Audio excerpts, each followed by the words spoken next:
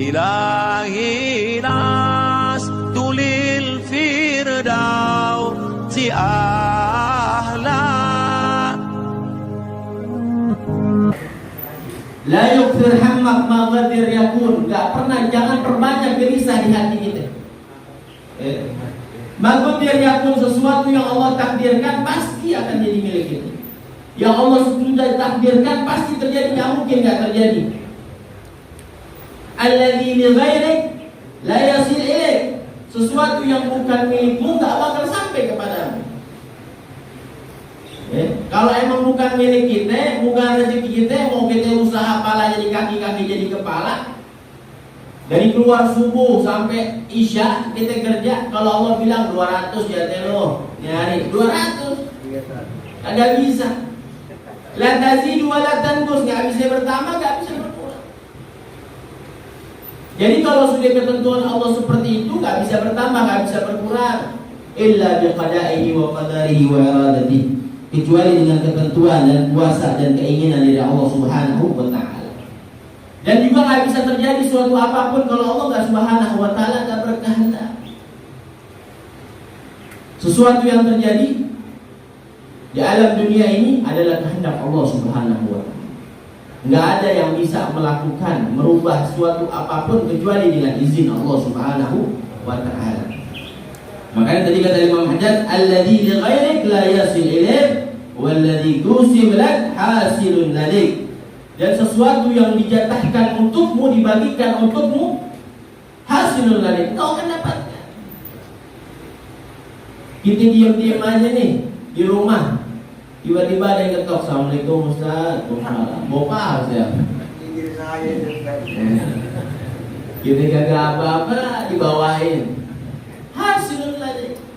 Emang jatahnya milik kita, takdirnya buat kita sampai, karena Allah Subhanahu wa taala izinkan.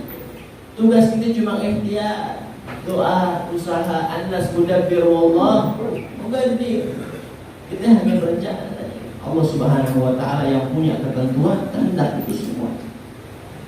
Jadi Allah Subhanahu wa taala yang menentukan rezeki kita, ajal kita, umur kita sudah ditentuin sama Allah. Bulan bin bulan 60, bulan bin bulan 70, bulan bin bulan 40. Makanya kata Syekh Al-Saudan dalam kitabnya Al-Hadrah Al-Saudan, fal mautu atin an qarib kullu lahu minhu nasib. Man kana darin aw nasib fa huwa musibah amma. Fal mautu atin an qarib, kematian akan datang dalam waktu dekat. Enggak lama kita di dunia 60 70 habis. Umur mati beda sedikit, 60 70 apa yang mau dibanggain udah. 60 70 habis sudah. Fal mautu atin an qarib kullu lahu min nasib. Setiap kita akan mendapati kematian. Dapat bagiannya, tenang aja, enggak usah berebut. Kalau mati enggak usah berebut, dapat bagiannya. Tinggal nunggu giliran. Tinggal nunggu waktu duluan. Ente duluan boleh, ada belakangan. Ada belakangan boleh, ente duluan enggak apa-apa. Kalau usah duluan bingung ntar siapa mandiin. Man kana darin aw nasib fa huwa musibah ammah. Mau ente keturunan orang, mau ente orang saleh atau enggak orang saleh, bahwa musibah amah seluruhnya dapat. Menyeluruh kematian. Enggak bisa mau ente anak presiden, anak kiai mati juga. Anaknya wali mati juga. Semua mau kita punya keturunan bagus, enggak bagus, kita orang biasa, orang saleh, semua baik. Semua bakal mati. Thumma idza mutta atuk wa ghassaluk wa ghafanu wa syayya'u wal haduk wasirta fakham. Kemudian habis kita mati, dibungkus, dimandiin, dibawa ke kuburan, dikuburi, sirta fakham. Kamu akan menjadi bangkai itu. Jadi bangkai makanan bulat. Bulat pesta balik. Masya Allah, gemuk banget yang masuk nih. Alhamdulillah gitu. Jadi makanan bulat. Jadi bangkai kita. Itu calon-calon bangkai. Jadi gak perlu ada yang dibanggakan. Sisir tadi fasama itu semua akan menjadi bangga, akan meninggal dunia. Jadi udah ditentuin sama Allah. Tugas kita yang belum ditentuin apa? Rezeki sudah ditentuin, ya. Apalagi mati sudah ditentuin. Yang belum ditentuin, kita meninggal bawa iman apa? Bawa iman Islam apa enggak? Itu belum ditentuin. Ya. Mesti kita usahain cari ridhonya Allah, cari rahmatnya Allah Subhanahu wa Ta'ala. Karena kita nggak pernah tahu ridho rahmatnya Allah diletakkan di mana, nggak tahu. Makanya dalam kisah Syekh Abu Bakar As-Siddiq pernah meninggal dunia, Syekh Abu Bakar As-Siddiq, lalu dimimpikan oleh salah seorang muridnya atau kawannya, lupa. Syekh Abu Bakar As-Siddiq ditanya sama muridnya, "Ma fa'alallahu bik?" Ya Imam, apa yang Allah perbuat kepada dirimu? Abu Bakar As-Siddiq, alhamdulillah Allah ampuni aku dan rahmati aku. Tapi apakah kamu tahu sebelum Allah rahmati dan ampuni aku, malaikat bertanya dengan izin Allah kepadaku, tahukah hai Syibli? Malaikat ditugaskan untuk bertanya oleh Allah Subhanahu wa Ta'ala kepada Syibli, tahukah kau Syibli, tersebab engkau diampuni dan dirahmati oleh Allah Subhanahu wa Ta'ala. Ditanya oleh malaikat dengan izin Allah, ya Abu Bakar Syibli, apakah kamu tahu engkau dirahmati dan diampuni oleh Allah sebab apa? Apakah kata Abu Bakar Syibli, dengan salatku? Bukan.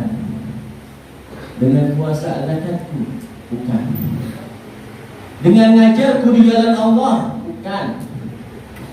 Dengan keikhlaskanku dalam mengajar? Bukan. Bukan itu aku rahmati kamu dan aku ampuni kamu, kata Allah Subhanahu wa Ta'ala melalui malaikat. Lalu Bakar Syibli berkata, ya Allah, hanya itu saja yang aku tahu. Aku benar-benar bersungguh-sungguh di dalam amalku, hanya itu saja yang aku tahu. Lalu kata malaikat, tahukah kamu wahai Syibli, di musim yang dingin di daerah Baghdad atau Mesir, lupa, di musim dingin engkau lewat di pertengahan gang. Ini disebutin bahasa Arab panjang banget. Yang giliran satanan ini. Lewat di tengah gang di musim yang sangat dingin, kamu melihat seekor kucing yang sedang menghempitkan kedua badannya di pertengahan tembok karena saking dinginnya. Lalu Abu Bakar As-Siddiq kasihan, gak tega, diambil itu kucing, dimasukkan ke jubahnya, rumah yang kantong sininya, dimasukin, dipeluk, dibawa ke rumah dirawat. Kata Allah Subhanahu wa Ta'ala melalui malaikat, "Fabi rahmatika wa rahmatuhu." Dengan rahmatmu kepada itu hewan, aku rahmati dan aku ampuni kamu. Gara-gara kucing dapat ampunan dan rahmat Allah. Kita nggak pernah tahu diletakkan mana rahmat dan ampunan Allah kepada diri. Jadi terus berbuat baik sampai mendapatkan ridha dan rahmat dari Allah Subhanahu wa Ta'ala. Mudah-mudahan yang sedikit ini bermanfaat. Wassalamualaikum warahmatullahi wabarakatuh.